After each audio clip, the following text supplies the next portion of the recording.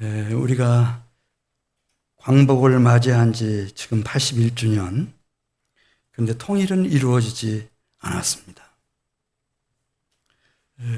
그런데 만일 통일이 이루어진다면 어떻게 통일이 이루어질 것인가?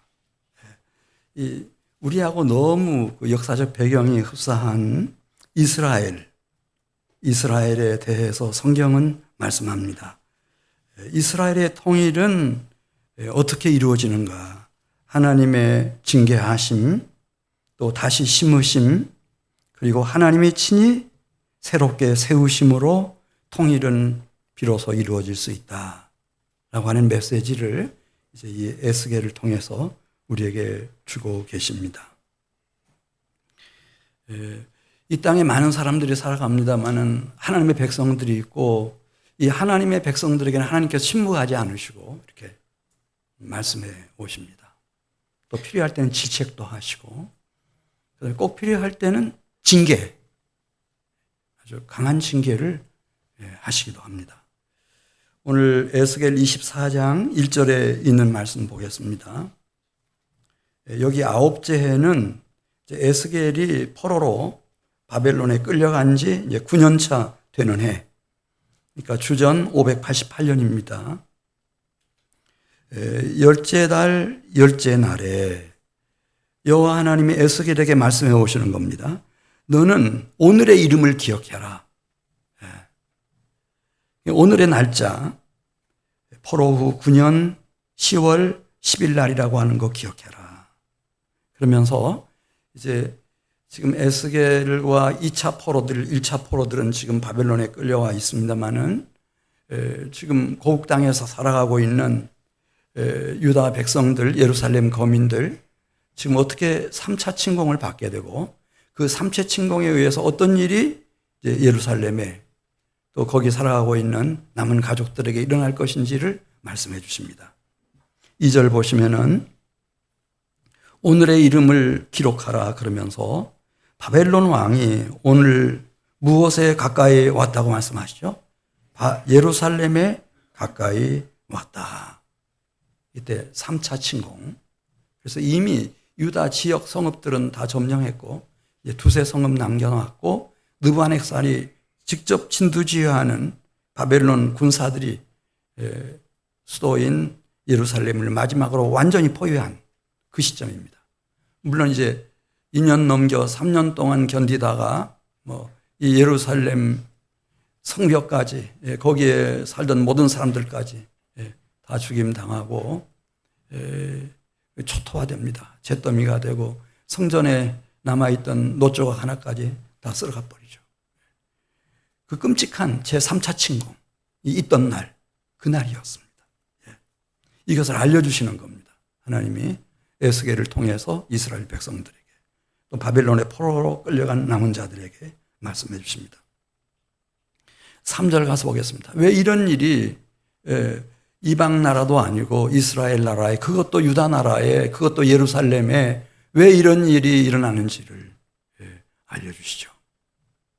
이게 은혜입니다. 이 세상에 타나서 돌아가시는 날까지 뭐가 뭔 줄 모르고 그냥 흑암 속에서, 암흑 속에서 일생을 끝낼 수도 있지만은 하나님 침묵하는 사람들입니다.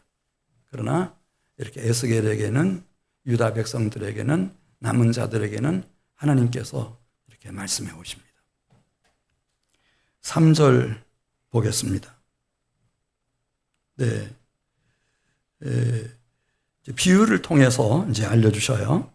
너는 가마솥을 하나 걸라 하는 거예요. 가마솥을 하나 걸라. 그러니까 거기만 해도 아마 바벨론이었겠으니까 전 세계에서 가장 크고 좋은 것들은 다 와 있었겠죠. 네. 가마솥을 하나 걸라. 그리고 말씀하십니다. 그 큰 가마솥에다가 물을 채워라. 양떼 중에서 제일 좋은 거, 흠없는 거, 한 마리를 잡아가지고 각을 뜨고, 그 양의 각든 것이며 넓적다리며 모든 좋은 고기 덩이며 심지어 그 고른 뼈까지 다 이렇게 다듬어 가지고 전체를 가마솥에 넣으라는 겁니다. 그리고 그 손 밑에 나무를 쌓아 놓고는 삶아라. 잘 삶아라. 뭐 1시간이 문제가 아니고 2시간이 문제가 아니고 하루가 됐든 이틀이 됐든 사흘이 됐든 뼈가 익을 때까지 삶아라. 다 삶았습니다. 하나님 명령이니까 뭐 거역할 수 없죠. 그대로 했어요. 그랬더니 6절에 있는 말씀 보겠습니다. 주 여호와께서 또 말씀하시는 겁니다. 지금 예루살렘이 어떤 형편인지를 말씀하시는 거예요. 예루살렘은 바로 이 녹슨 가마다. 딱 그 말씀을 하시는 거예요. 이 솥이 너무 깊어서 밑바닥에 어떻게 붉은 녹이 막 다 가득한지 보지 못할 수도 있어요. 그냥 시키는 대로만 할 수 있었겠어요. 근데 이 예루살렘이 녹슨 가마다. 그러면서 왜 녹슨 가마인지를 말씀합니다. 피를 흘리는 성읍, 녹슨 가마. 그 속에 녹을 없이 하지 아니하여 화 있을진저 제비 뽑을 것도 없이 그 덩이를 하나하나 다 꺼내봐라 이거죠. 시뻘겋게 됐어요. 고기가 뼛속까지 하나도 쓸 수가 없는 거예요. 왜냐하면 이 예루살렘이 이름만 예루살렘이고 이스라엘이지 유다지 그냥 악에 찌들어 있는 거죠. 24장 7절 말씀 보면은 그들이 흘린 피에 대한 얘기를 합니다. 그 피가 그 가운데 있으며 예루살렘 가운데 한가운데 있으며 피를 땅에 쏟아 티끌이 덮이게도 하지 않아요. 그냥 사람 죽어나가는 것이 그냥 다반사예요. 아, 이거 사람 피구나 이렇게 생각하고. 그런데 하나님은 거룩하신 분이셔서 아까도 기도해 주셨던 우리 안수 집사님 거룩하신 분이셔서 이 악을 심판하셔요. 예수님 오셔서 그렇게 말씀하셨잖아요. 그러니까 이 아벨의 피부터 시작해서 성전과 제단 사이에서 죽임당한 사가리아의 피까지 그 모든 흘린 피에 대해서 하나님이 책임을 물으시는 거죠. 그래서 예루살렘 녹슨 가마솥이라는 거죠. 이걸 비유로 알려주시는 거예요. 여기는 아무리 깨끗한 물을 담아본들 아무리 좋은 양고기를 거기다 각을 떠서 다 뭐 뒷다리 앞다리 다 집어넣어 본들 아무리 정성을 들여서 막 익히고 또 익히고 또 익혀본들 뼛속까지 다 익도록 만들어 본들 그건 국물 한 방울 쓸 수가 없는 거예요. 그러면서 예루살렘이 본인들 생각과 거룩하신 하나님이 보실 때 얼마나 다른지를 말씀하시는 거예요. 예루살렘은 피를 너무 흘렸다. 악의 도성이다. 이것을 말씀해 주시는 거죠. 이것을 주님께서 꾸짖으시는 거예요. 질책하시는 거죠. 무서운 거는 이런 말씀을 안 하는 사람들이에요. 아무런 어떻게 해도 하늘로부터 아무런 말씀이 들려오지 않아요. 이건 무서운 거예요. 우리 이제 그 에스겔 24장 13절 마지막 말씀 보면 내가 내게 향한 분노를 풀기 전에는 내 더러움이 다시는 깨끗하여지지 아니하리라. 그리고 또 한 가지 얘기하죠. 예루살렘의 더러운 것 13절에 말씀합니다. 너의 더러운 것 중에 무엇이 있다고 그랬죠? 음란. 이렇게 이성을 향한 음행하고 난잡한 행동하는 거 음란이기도 하고 그걸 포함해서 그러니까 예루살렘 사람들이 유다 백성들이 이방 사람들하고 별반 다르지 않아요. 음란한 게. 특별히 이스라엘 백성들, 유다 백성들은 이 영적으로 이 음란에 빠지면 안 되거든요. 아브라함 때부터 이들은 오직 한 분 여호와만을 섬기기로 언약을 맺은 백성이에요. 그래서 할례를 다 받잖아요. 한 분만 섬기겠다. 근데 살아가다 보니 어떻게 그렇게 돼요? 가나안 땅에 들어가서 보니 그 현지 주민들하고 또 좋은 관계를 맺으려면 또 바로 북쪽에 아람이라고 하는 큰 강성한 나라가 있는데 그 나라하고 또 이렇게 외교 관계를 맺으려면 또 지금은 아수르 시대인데 최고 강대국이 바벨론 시대인데 그럼 그 신들을 다 이렇게 수입해서 섬기고 하다 보니 그 사람들은 그 이방신을 숭배하는 의식 중에 막 성관계를 맺는 의식도 막 들어가 있고 그걸 통해서 이제 다산을 기원하고 농사도 잘 되고 자녀도 자손도 많이 낳고 막 이런 일을 하고 그랬으니까 지금 음행 이 두 가지 얘기하는 거예요. 근데 하나님은 그걸 덮어놓고 지나갈 수 있는 분이라고 혹시 생각할지 모르겠는데 하나님은 그렇게 하실 수 있는 분이 아니라는 거죠. 악에 대해서 이 음란에 대해서 그 더러움을 깨끗하게 씻어내고 가시는 분이시다. 그렇게 이제 13절 마지막에서 말씀하고 있습니다. 이렇게 주님이 질책을 하셔도 잘 못 알아들어요. 그래서 여전히 악의 기운은 그대로 남아있어요. 음란한 기운도 그대로 남아있어요. 왜냐하면 거짓의 아비인 사탄 마귀 공중권세 잡은 자가 계속 거짓말하게 하죠. 미워하고 증오하게 만들죠. 그래서 종래는 암흑 속에서 흑암 속에서 영원한 멸망의 심판으로 막 끌고 들어가니까. 그러니까 이렇게 질책만 해서 딱 고쳐지면 얼마나 좋겠어요. 안 되는 거예요. 그래서 오늘 이제 에스겔 24장 16절 17절에 있는 말씀을 보면은 하나님은 이제 징계를 가하십니다. 징계. 하나님이 진짜 살아계시다고 하는 것을 이제 똑똑하게 보게 만들어 주셔요.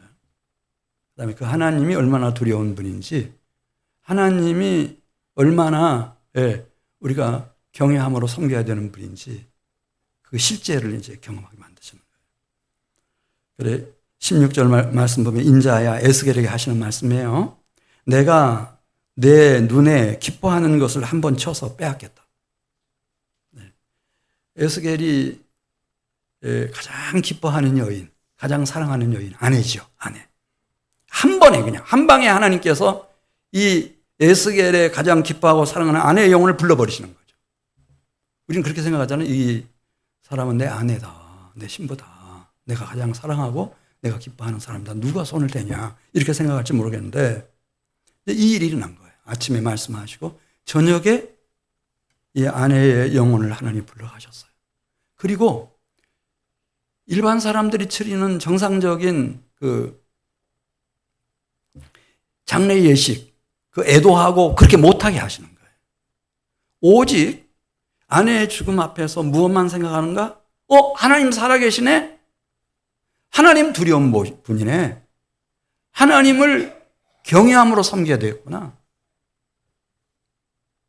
내 아내도 내게 아니었네. 그 영혼이 본인 것도 아니었네. 하나님 거였네. 그래서 하나님을 기억하고 하나님을 경외하고 하나님을 두려움으로 섬기는 영혼으로 깨어내시는 거예요. 바벨론의 포로로 끌려온 에스겔부터 시작해가지고. 그리고 24장 21절 말씀 보겠어요. 그 얘기 하시는 거예요. 왜 그러면 오늘 이제 10월 10일 날 오늘 예루살렘이 이렇게 포위가 됐는지, 그러고 나면은 이제 어떻게 처참하게 이 예루살렘과 성전까지 초토화되고, 거기 지금 남아서 살아가고 있는 포로로 끌려온 사람들이 가족들 있잖아요. 그 자녀들까지 칼에 다 죽어나갈 건지 그 얘기를 하는 거예요. 그 악 때문에, 그 간음 때문에, 어두움 속에 미혹되어 있기 때문에. 자, 우리 21절 같이 읽겠습니다. 너는 이스라엘 족속에게 이르기를 주 여호와의 말씀에 내 성소 시온 성전을 말하는 거예요. 이 예루살렘은 지금도 자랑거리죠. 이슬람 사람들은 자기의 그게 성전이라고 말하고, 유대교인들도 그렇고 가톨릭 사람들도 그렇고 우리 개신교 성도들도 다 예루살렘 하면 굉장한 긍지와 자부심 가지잖아요. 그거 말씀하시는 거예요. 너희 세력의 영광이요, 유다의 영광이죠. 너희 눈의 기쁨이요, 너희 마음의 아낌이 되거니와 내가 그 예루살렘을 짓밟히게 한다는 거예요. 더럽힌다고 그랬잖아요. 너희의 버려둔 자녀들을 칼에 맞아서 다 쓰러지게 만든다는 거죠. 이게 징계예요. 큰 징계죠. 무서운 징계예요. 이게 이 세상 사람은 그냥 지나갈 수도 있어요. 그렇죠. 모든 성읍이 다 이 바벨론 느부갓네살이 침공했을 때 다 그렇게 다 진멸시켜버린 건 아니에요. 그렇지 않은 성읍도 많아요. 근데 예루살렘만 유독 그렇게 됐어요. 왜 그런지를 거기 설명합니다. 22절부터 23절 보겠어요. 너희가 죄악 중에 패망하여 그제야 피차 바라보고 단식하리라. 이 세상 사람들은 죽어도 왜 죽는지 모르죠. 그러나 이제 적어도 하나님의 백성들은 그때 생각하는 거예요. 하나님이 살아계시는데 왜 이런 일이 우리에게 닥쳤을까? 이렇게. 24절 이와 같이 에스겔이 너희에게 표징이 되리니 그가 행한 대로 너희가 다 행할지니라. 그러니까 뭐 아내가 죽었다, 아들이 죽었다, 딸이 죽었다. 그래서 뭐 그냥 슬퍼하고 뭐 장래 걱정하고 그런 거 하지 말라는 거예요. 이 일이 이루어지면 내가 주 여호와인 줄을 너희가 알리라 하라 하셨느니라. 우리가 하나님 앞에서 너무 악하게 살았구나. 우리가 음란하게 살았구나. 어둠의 자식들로 살았구나. 거짓의 합인 사탄 마귀의 손에 놀아났구나.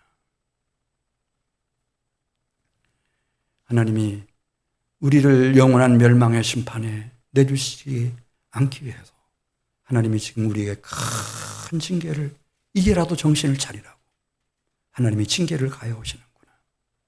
그러면서 근신함으로 하나님을 경외하고 두려워하는 시간을 다 가지라는 거예요. 그렇게 하면 에스겔 36장 36절 말씀 보겠습니다. 하나님이 이 이스라엘 백성들을 다시 심으신대요. 다 뽑아내셨잖아요. 다 뽑아내셨어요. 이스라엘 백성, 유다 백성, 예루살렘 거민들 다 뽑아내버리셨어요. 네, 다 흩어버리셨어요. 그런데 에스겔 36장 36절 말씀 보면 너희 사방에 남은 이방 사람이 나 여호와가 무너진 곳을 건축하며 황폐한 자리에 다시 심은 줄을 알리라 나 여호와가 말하였으니 이루리라. 다시 심는다는 거죠. 하나님이 주신 약속의 땅에다가 다 죽고 흩어져 있는 그 남은 자들, 이 하나님의 질책과 하나님의 징계를 통해서 깨달은 자들, 우리가 하나님께로 돌아가야 된다. 하나님 살아계신 분이다. 하나님 두려운 분이시다. 하나님을 경외함으로 우리 섬겨야 된다. 이런 사람들은 다시 다 하나님이 모아서 어디에 있든지 모아가지고 하나님이 주신 원래 그 기업의 땅에 옮겨서 하나님이 다시 심어주신대요. 다시 심어주죠. 할렐루야. 그래서 이스라엘 나라가 지금까지 남아있어요. 다 없어졌거든요. 주변 나라들.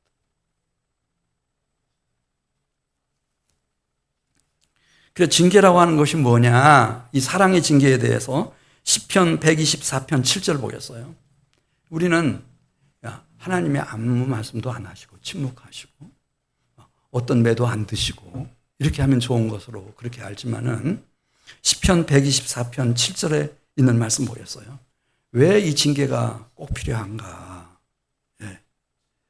이 악이 없는 사람이 없어요. 음란하지 않은 사람이 없죠. 결혼하면 괜찮을 거야. 다 그렇게 생각하거든요. 결혼해도 마찬가지예요. 나이 들면 다 철나면 다 괜찮을 거야. 나이 들어도 마찬가지예요. 거짓된 거,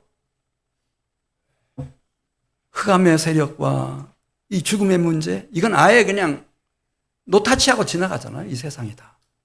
응당 그런 걸로 알고. 그런데 이 징계를 통해서 하나님이 작업을 하시면은 시편 124편 7절 보겠어요. 무슨 일이 내 생애 속에 일어나는지 보겠습니다. 우리의 영혼이 사냥꾼의 올무에서 벗어나 사냥꾼의 올무에서 벗어난 새같이 되었나니 올무가 끊어짐으로 우리가 악과 음란에서 예. 영원한 멸망의 심판에서 거짓에서 벗어났도다. 할렐루야. 이걸 제대로 맛본 사람들은 하나님이 살아계시다고 하는 걸 설명할 필요가 없어요. 그냥 머리끝에서 발끝까지 세포 하나까지 막 하나님 살아계시다고 하는 그 의식으로 충만하니까요. 충만하니까.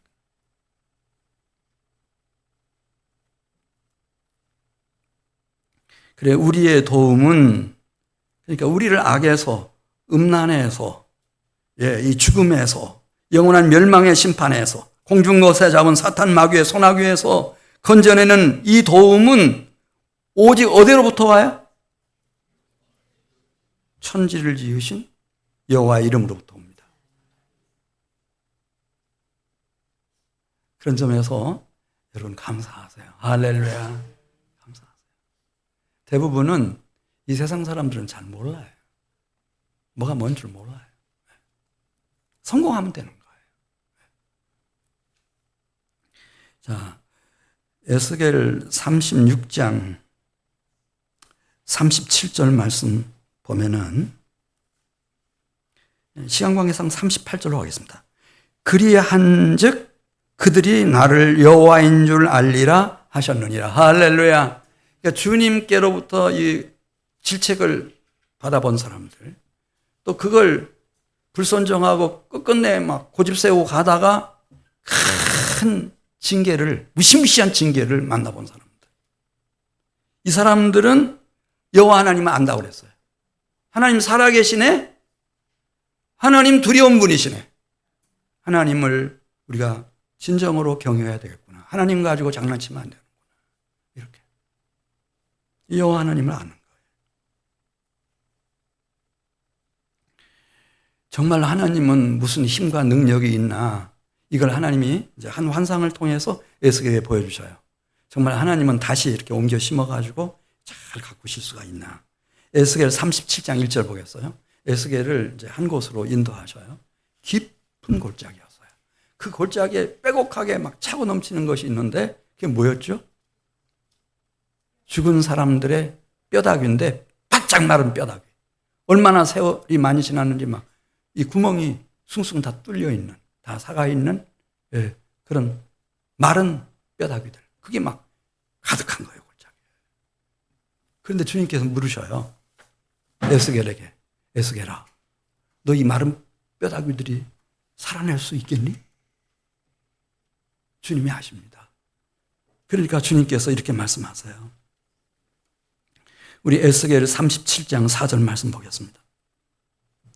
너는 뼈들에게 내가 들려주는 나의 말을 대언하라는 거예요. 대신 선포하는 거예요. 그러면 마른 뼈들이 하나님의 말씀을 듣게 될 거다. 너희 마른 뼈들아 여호와의 말씀을 들을지어다. 무엇을 들으라고요? 여호와의 말씀을 들을지어다.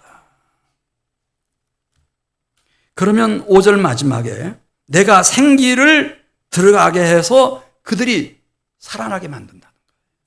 살아나게 만들어. 이건 신비예요, 여러분. 그러니까 우리가 이렇게 하나님 앞에 나와서 예배할 때 정말 갈급한 심령으로, 겸비한 심령으로 사생을 결단하고 주님 앞에 딱 엎드리면 들려와요. 찬양할 때도 들려오고 기도할 때도 막 감동이 있고 설교 말씀 들을 때도요. 여호와의 말씀이 들려와요. 들려오는 분들 계셔요. 그러면 살아나는 거예요. 나의 속사람이 살아나고 내 영혼이 살아나는 거예요. 살아나는 거죠. 그 에스겔 37장 6절에 보면은 그 광경을 지금 우리에게 한 폭의 그림처럼 보여주고 있어요. 이 대언할 때 막 소리 나기 시작했어요. 그 골짜기에 뭐가 막 이렇게 움직이는 그런 소리들이 나기 시작하더니 보니까 뼈들이 막 움직이는 거예요.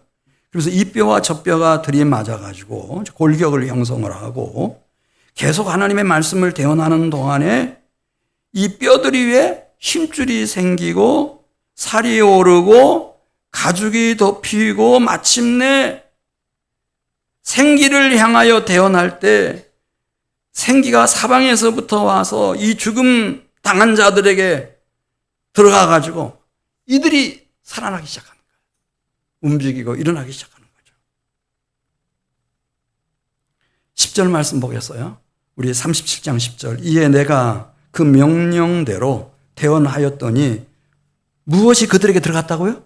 생기가 그들에게 들어가매 그들이 곧 살아서 일어나 서는데 보니까 큰 군대, 위대한 군대라는 거예요. 이 세상에 그 누구도 감당할 수 없는 극히 큰 군대. 이게 이제 히브리어법의 최상급. 이상의 군대는 없는 거죠. 그런 군대가 다 일어나는 거예요. 사실은 에스겔 이전부터 다 일어났어요. 여호와의 말씀을 듣는 사람들은 극히 큰 군대로 다 일어났어요. 그리고 에스겔도 지금 보고 있는 거예요. 그러면은 이 마른 뼈다귀들은 무엇냐? 11절에 나오잖아요. 이스라엘 온 족속이라는 거예요. 지금 멀쩡히 살아있어요. 그러나 그들의 내면 세계, 심령과 영혼의 상태는 다 말라빠진, 다 사가서 구멍이 숭숭 나 있는 그런 뼈다귀 같은 모습이에요. 이들이 살아난다는 거죠. 네? 살아나는 거예요. 12절 말씀 보겠어요. 37장 12절. 그러므로 너는 대언하여 그들에게 이르기를 주 여호와께서 이같이 말씀하시기를 내 백성들아 내가 너희 무엇을 열고 무덤을 열고 너희로 거기서 나오게 하고 이스라엘 땅으로 들어가 다시 심겨진 나무처럼 세워가신다는 거죠. 예수님도 무덤에서 나오고 나사로도 무덤에서 나왔습니다마는 지금 바벨론에 끌려가 있어요. 또 에스겔은 그발강가에 끌려가 있어요. 무덤이죠. 거기서 죽는 거예요. 그리고 이스라엘 땅에 돌아올 수가 없으니까. 무덤이에요. 근데 거기서 이 하나님이 불러내신다는 거죠. 다시 심으신다는 거예요. 하나님이 주신 약속의 땅에다가 다시 심으신다. 다시 심으신다. 이 사람들만이 하나님을 이제 아는 하나님의 큰 군대 같은 백성이 되는 거예요. 이 사람들을 세우는 것이 하나님의 뜻이죠. 자, 우리 37장 13절 말씀 같이 읽습니다. 졸면 안 되고, 고개 들고, 13절 말씀 같이 봅니다. 내 백성들아, 내가 너희 무덤을 열고 너희로 거기서 나오게 한즉 너희는 내가 여호와인 줄 알리라. 이 무덤에서 나와가지고 하나님이 주신 약속의 땅에 다시 심겨진 사람들, 이 사람들만이 여호와시구나.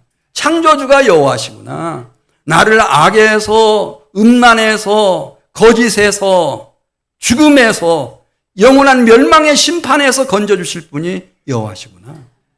여호와 하나님은 우리가 경외함으로 두려움으로 섬겨야 할 참 하나님이시구나.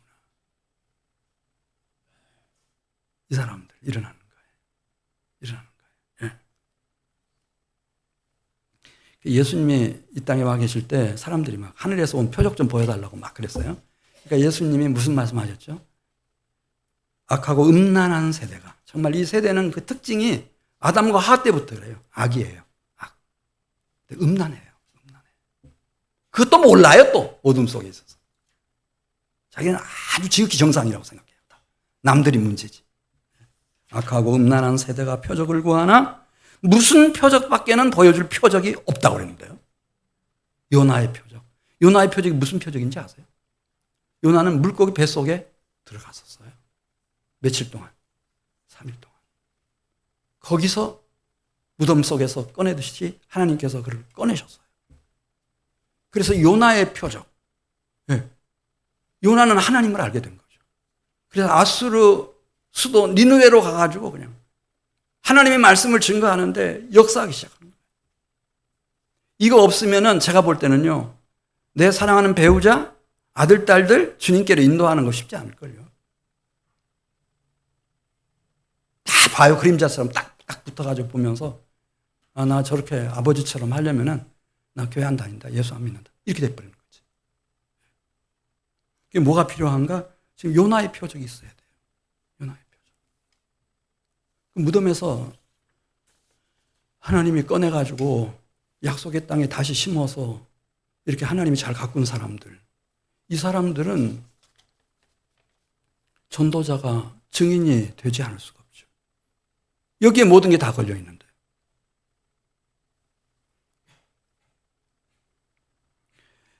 에스겔 37장 14절 마지막에도 14절 내가 또 내 영을 너희 속에 두어 너희가 살아나게 하고 내가 또 너희를 너희 고국에 원래 주셨던 약속의 땅에 다시 심으리니 두리니 그제야 나 여호와가 이 일을 말하고 이른 줄을 너희가 알리라 여호와의 말씀이니라. 두 가지 지금 얘기했어요. 제가 하나님의 백성들에게는 이 세상 사람들하고 달라서 하나님의 무엇이 있다? 질책이 있다. 두 번째, 질책만 가지고 바로바로 고쳐지면 좋은데 내 속에 있는 악이라고 하는 것이, 음란이라고 하는 것이, 거짓이라고 하는 것이, 욕심이라고 하는 것이, 이 사망권세라고 하는 것이, 그게 그냥 한마디 질책받아가지고 안 고쳐져서, 그러면 하나님은 마지막에는 필경 무엇을 쓰시는가? 사랑의 징계를 쓰셔요. 징계를 쓰셔요. 그리고 나를 무덤에서 꺼내가지고 하나님 주신 약속의 땅에 다시 심으셔요.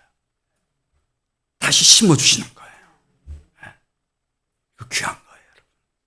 이거 하려고 우리 이 세상에 하나님 보내셨어요.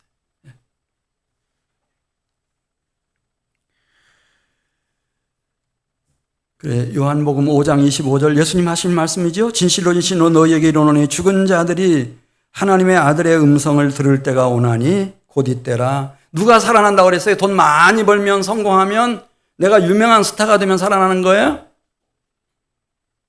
듣는 자마다 살아나리라. 주의 말씀, 여호와의 말씀,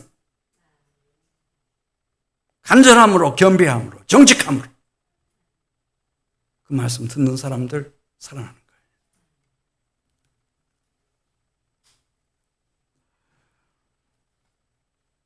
거예요. 하나님이 이루어 가시는 통일, 다 틀렸어요. 북왕국 이스라엘도 망해버렸죠. 남유다도 완전히 진멸당해버렸죠.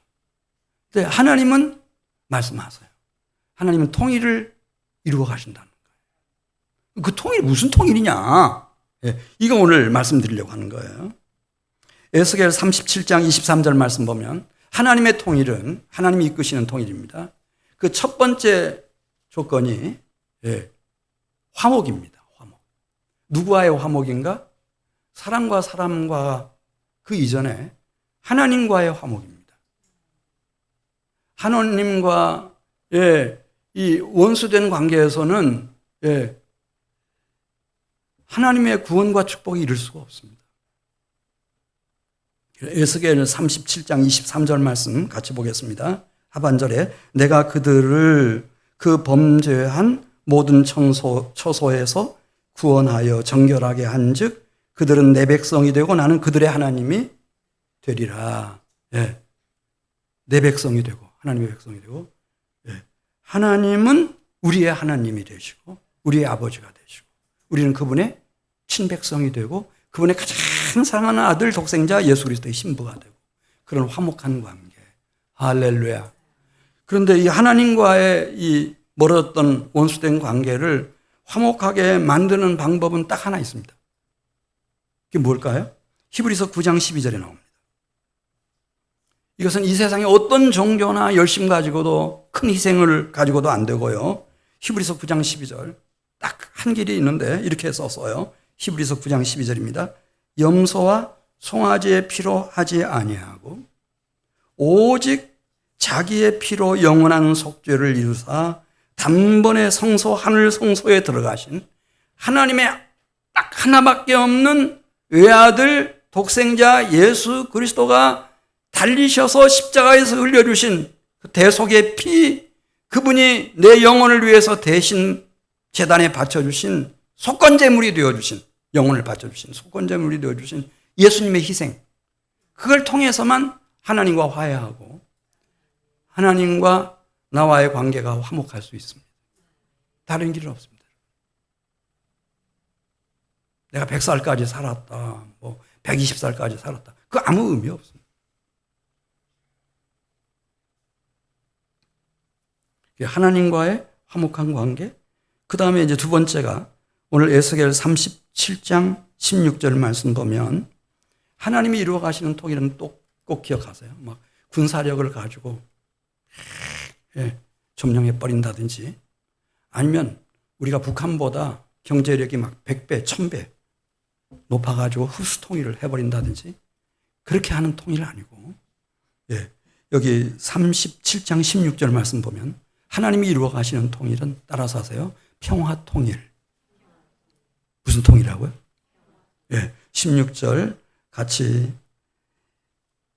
읽습니다. 시작. 인자야 너는 막대기 하나를 가져다가 그 위에 쓰라는 거예요. 그러니까 이스라엘 나라도 우리하고 똑같아서 나라가 둘로 나뉘어져 있었잖아요. 야곱이 특별히 12아들 중에 특별히 축복한 두 아들이 있었는데 하나는 유다고 또 하나는 누구죠?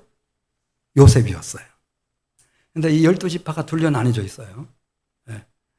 하나는 유다 자손, 유다 지파를 친하게 하는 사람들이 있고 레위 지파라든지 또 베냐민 지파 중에 일부라든지 그렇게 있고 또 한 사람들은 요셉, 에브라임 므낫세 중심으로 한 그 요셉 지파하고 대부분은 친하게 지냈어요.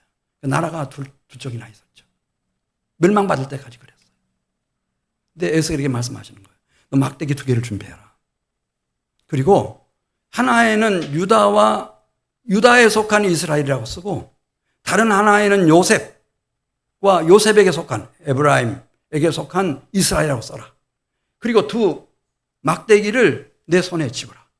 딱 짚고 있으니까 하나님 딱 말씀하시는 거예요. 내 손에서 이스라엘과 유다가 이렇게 평화롭게 하나의 나라를 이룰 것이다. 하나님의 통일은 평화 통일입니다. 평화 통일입니다.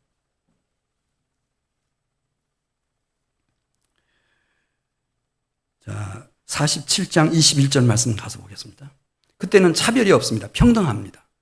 우리는 원래 유다 지파가 가장 영향력이 있었으니까 우리가 에브라임 지파처럼 우리한테 땅을 많이 달라 막 이렇게 하지 않고 에스겔 47장 2절 21절 말씀 보면 그런즉 너희가 이스라엘 모든 지파대로 이 땅을 나누어 차지하게 하라. 그러니까 옛날에 어디에 우리 있었냐 그거 상관없이 이제 이때 에스겔 때 기업 분배하는 거 보면은 저 북쪽 단에서부터 이렇게 이제 서에서부터 동쪽으로 똑같이 공평하게 기업 분배하고 그 다음에 심지어 47장 22절에 있는 말씀을 보면은 이 하나님이 세워가시는 통일된 나라는 큰 나라입니다. 타국인일지라도 이 땅에 들어와서 가정을 이루고 살아가는 사람들은 똑같이 기업을 주라는 거예요.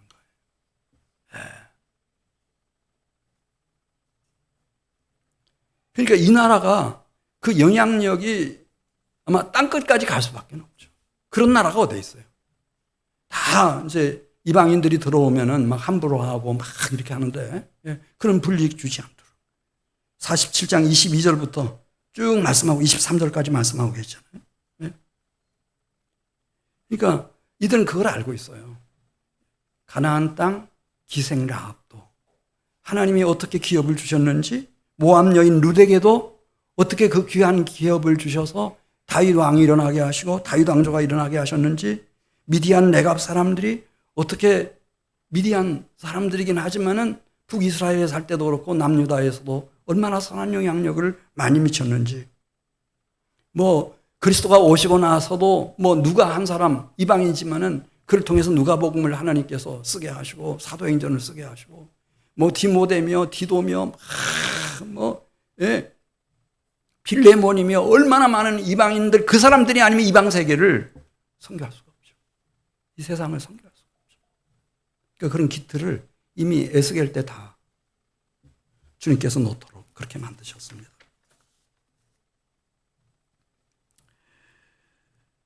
자, 우리 에스겔 37장, 에스겔 37장 26절로 가겠습니다. 주님이 세우시는 이 새 나라는, 다시 옮겨 세워서 심어서 갖고 가시는 이 나라는 하나님과 이제 언약을 맺은 백성이 되는데, 이 백성들은 하나님과 평화의 언약, 영원한 언약을 맺은 백성이 되는 겁니다. 자, 우리 26절 같이 읽습니다. 시작. 내가 그들과 무슨 언약을 세워서? 화평의 언약을 세워서. 이 사람 평화의 사람들이에요. 평화의 백성들이에요. 어디든지 이 사람만 가면은 갈등과 불화가 일어났던 것이 다 고요하고 잔잔해지고 화목해지고. 예. 평화의 사람이에요. 화평케 하는 자는 복이 있나니. 그렇게 말씀하잖아요. 예. 화평의 언약의 사람이고, 그리고 그 언약은 영원한 언약이에요. 이건 취소될 수가 없는 언약이에요. 또 계속 보겠어요. 예, 이제 그 27절 보면 내 성소를 그 가운데 세워서 영원히 이르게 하리니 내 처소가 그들 가운데 있을 것이며 나는 그들의 하나님이 되고 그들은 내 백성이 되리라. 예. 하나님과 뗄래야 뗄 수 없는 그런 깊은 사귐과 관계 속에 들어가는데 28절 보겠어요. 내 성소가 영원토록 그들 가운데 있으리니 내가 이스라엘을 거룩하게 하는 여호와인 줄을 열국이 알리라. 다 알아요. 같은 가족들도 다 알아요. 우리 아버지가 어떻게 저렇게 인자하시고 경건한 삶을 평생 사실 수 있었을까? 우리 어머니가 어떻게 이렇게 평생 기도의 사람으로 그렇게 승리하실 수 있었을까? 너무 장한 어머니시다. 그거 다 알아요. 하나님께로부터 그 은혜와 힘과 능력이 다 왔어요. 할렐루야 하는 거예요. 그렇게 될 수밖에 없는 이유, 에스겔 47장 2절에 나와요. 이들에게는 이 성소가 있다고 그랬죠. 성전이 있어요.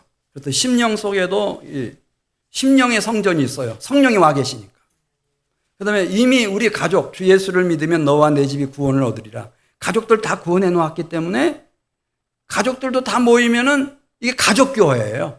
여기서 하나님을 찬양하고 하나님 앞에 영광을 돌리고 하나님께 예배하고 하나님의 나라를 세워갈 다음 후세들을 키울 그런 고민을 하고 다, 예. 이런 분들이 모여서 한민교회에 이제 골격을 딱 이루고 이 사람들이 이 지역사회, 이 시대 속에 미치는 영향이 뭐 어마어마하죠. 이 성전이 다 있는데요. 이 성전으로부터 에스겔이 보았어요. 성전 문지방 밑에서 뭐가 흘러나와요? 물이 흘러나왔어요. 근데 너무 신비하고 깨끗한 물이에요. 견딜 수가 없어. 막. 물속에 들어가고 싶어요. 들어갔는데 이 성전 문지방 밑에서 흘러나온 물이 발목에 찼어요. 쭉 이제 그 물을 따라서 걷다가 또 들어가고 싶어요. 못 견디겠어요. 들어갔더니 이번에는 무릎에 그 물이 찼어요. 또 걷다가 또 들어가고 싶어요. 너무 좋아요. 그 물속에만 들어가면은 이 세상에 줄 수 없는 그런 신령한 기쁨이 막 넘쳐나니까 이번 허리에 찼어요. 또 걷다가 나중에 들어가려고 보니까 막 이게 차고 넘치는 강수가 됐어요. 자세히 보니까 이 강을 따라서 나무들이 나 있는데요. 막 무성하게 자라고 있고 이 나무들은 열매 없는 나무가 없어요. 다 열매를 맺혔어요. 얼마나 풍성하게 맺혔는지. 잎사귀 하나도 버릴 게 없어요. 다 약재라는 거예요. 다 약재. 근데 이제 성경을 마지막 마무리하면서 요한계시록, 마지막 책이죠. 묵시록. 마지막 장, 22장에서 하나님이 사랑하시는 제자 사도 요한에게 이걸 알려주셔요. 이 성전에서부터 뭐가 흘러나오는가. 이걸 아셔야 돼요. 그렇지 않으면 우리는 분별을 잃어버려요. 이 교회와 이 세상 모든 모임들과 기관들과 이 차이를 몰라요. 근데 요한계시록 22장 1절에 있는 말씀을 보면은 사도 요한이 보니까요. 수정같이 맑은 물이 흘러나오는데 딱 알려주시는 거예요. 따라서 하세요. 생명수라는 거예요. 이게 막 강을 이루고 흘러가는데 따라서 하세요. 생명수 강. 그리고 기원을 설명하시는데 성전 문지방 밑에서 사실은 나오는 게 아니고 하나님과 및 어린 양의 보좌로부터 흘러나오는 생명수 강이었어요. 그리고 그 강 좌우편에 다 자라고 있는 나무는 따라서 생명나무. 어디서 들어보셨죠? 창세기 3장에 에덴 동산 중앙에 무슨 나무가 있었다고요? 생명나무가 있었다고. 그 열매를 먹으면 무엇을 얻는다고 그랬죠? 돈을 많이 번다고 그랬어요? 뭐 안 그랬어요? 영생을 얻는 생명나무. 나무마다 12가지 과실을 맺혀요. 달마다 열매를 맺히는 거예요. 잎사귀들은 망국을 치료하는 약재예요. 이 세상에 말씀드렸죠. 악을 어떻게 치료해요, 여러분? 그럼 진작에 끝났죠. 악인들 없으니까. 음란한 문제 진작에 해결했죠. 거짓 다 사라져버렸지. 죽음의 문제, 영원한 멸망의 심판의 문제 그냥 한 칼에 다 날려버렸겠죠. 근데 이 세상에 치료약이 없는데. 왜 하나님의 통일이어야 하는가? 우리가 북한이 지금 통일된다 하더라도요, 우리는 너무 안일하게 생각해요. 이 사람들한테 뭐 돈 좀 몇 푼 도와주면은 잘 될 거라고 생각하는데. 우리가 한민교회가 뭔 줄 아세요, 여러분? 저 떠나면 이제 한민교회가 뭔 줄도 모르죠. 저 북한에 있는 한민족, 북한 선교하기 위해서 세운 교회예요, 이 교회가. 우리는 개척교회 때부터 혼신의 힘을 거기 다 쏟아부었어요. 그리고 알았어요. 아, 북한에서 오시는 분들은 누구든지 예외는 없는 것 같아요. 이 사람들은 용사들이에요. 무얼로 무장된 용사인가? 주체사상으로 무장된 용사들이에요. 통일원에 가서 뭐 얼마 동안 교육받고 뭐 누가 조금 맛있는 거 사주고 옷 사주고 선물 주고 그래서 바뀌는 게 아니고요. 막 툭툭 터져 나와요. 주체사상이 막 머리끝에서 발끝까지. 이 주체사상을 치료할 수 있는 치료약이 대한민국에 있어요, 여러분? 있어요? 없어요. 하나님밖에 없어요. 하나님이 긍휼히 여기셔서 그들을 질책하시고 그들에게 큰 징계로 임해주시고 그들을 깊이 깨우친 후에 다시 옮겨 심기 전에는 제가 볼 때는요, 누가 그들을 바꿔요. 그리고 북한 체제에서 어려서부터 오래 살아와서 거기서 생존하는 법을 다 몸으로 체득을 한 사람들이에요. 이걸 고칠 수 있나요? 힘들걸요. 얼마나 많은 사람들이 나가 떨어지는지. 근데 여기 말씀하시는 거예요. 이런 망국을 치료할 수 있는 그런 치료약이 하나님께로부터 다 나오는 거예요. 하나님께로부터. 그래서 이 성령을 받으면은 주님 말씀하셨어요. 그냥 땅 끝까지 이르러서 내 증인이 되라. 모든 민족으로 제자를 삼으라. 무슨 돈, 언어 실력 그런 거 문제 아니다. 하나님의 손에 붙들리니까. 불타죠, 불타. 우리 선배들은 세계 각처에 다 거기 가 있어요. 대한민국 크리스찬들이. 이 소명의 사람들로 다 가 있어요. 그러면서 하나님이 이 대한민국의 위상을 이렇게 높여주시는 거예요. 아마 그분들을 위해서인 것 같아요. 하나만 말씀드리고 마치겠어요.